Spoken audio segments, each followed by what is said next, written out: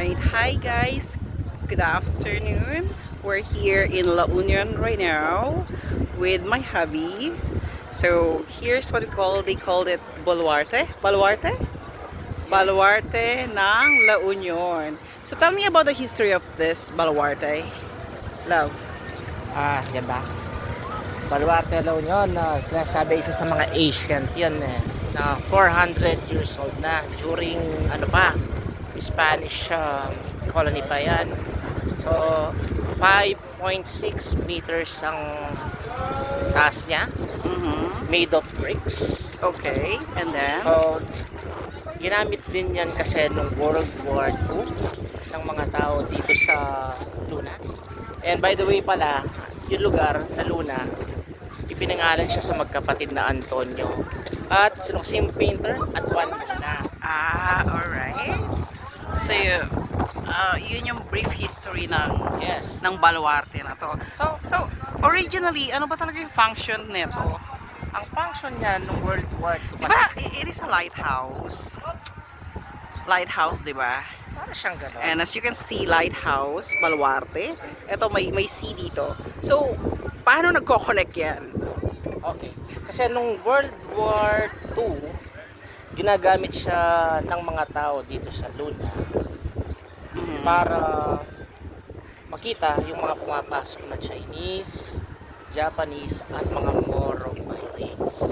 Okay. So, yun nga, para ma-alert na din yung mga tao dito sa Luna sa mga gustong manakop sa lugar alright. na to.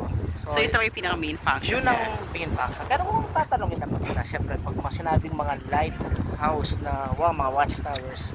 So, sa panahon ngayon, ano ba yung function niya?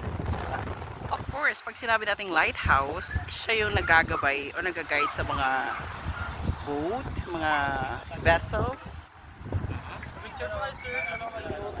Later? Sige po, tawagin niyo lang po sir, parang ganito sa loob po. Sige. Nakita yung bilog po. Oh, ayos. Picture naman po. Tawagin niyo lang. Yeah, later. Nagpa-vlog kasi kami. Charot. Vlogger. Warrior. Shout out daw sa mga Baluarte Warriors. See guys, eto. We're here. Malapit tayo sa seashore. Sabi nila, tama ba? Pagkakaintindi natin, this sea facing The West Philippines. the West Philippines Sabi sa Sea. history. Yeah. But kung tatanungin ka, di ba? Pero connected na to sa China Sea, right? I'm not quite sure. Na-research natin yan mamaya. Or paglabas, I think palabas na to ng Pacific Ocean. Connected siya palabas ng Pacific Ocean. Pwede. Kasi Pwede, right? dulo na to No? Dulo na to.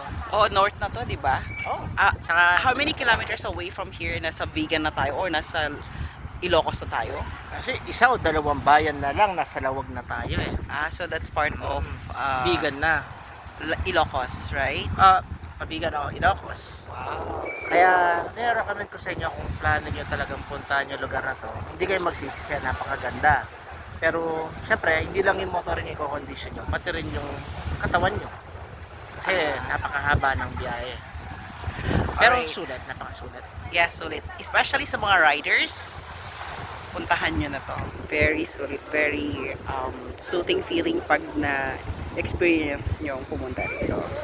Yeah, it's fulfilling, satisfying, and ayun. Saka hindi lang naman siya for viewing talaga. Pwede din tayong mag-rent ng mga bangka dito, mga boat, para ma-explore natin yung ganda ng dagat dito.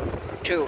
Alam nyo ba mainit ang panahon ngayon, pero dahil sa dagat at sa panahon, sarap yung pakiramdam. Biro mo 600 pesos, ililibot ka na sa dagat na yan. Mapapalayo ka na. Siya Siguro pala, kung kayo, ilang years na pala kasi to? Ito. 400 years. Alright.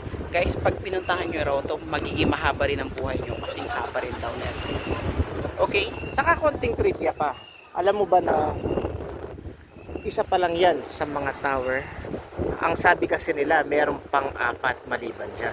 Ang isa ay nasa Ilocos at ang isa ay nasa Bataan. Yung dalawa, i-research pa natin yan. So alam mo na kung saan ang next destination natin. Ah, wow, sure hits tayo dyan. Ba't di natin tingnan yung sa loob para mapakita natin yung ganda Ah. niya sa loob?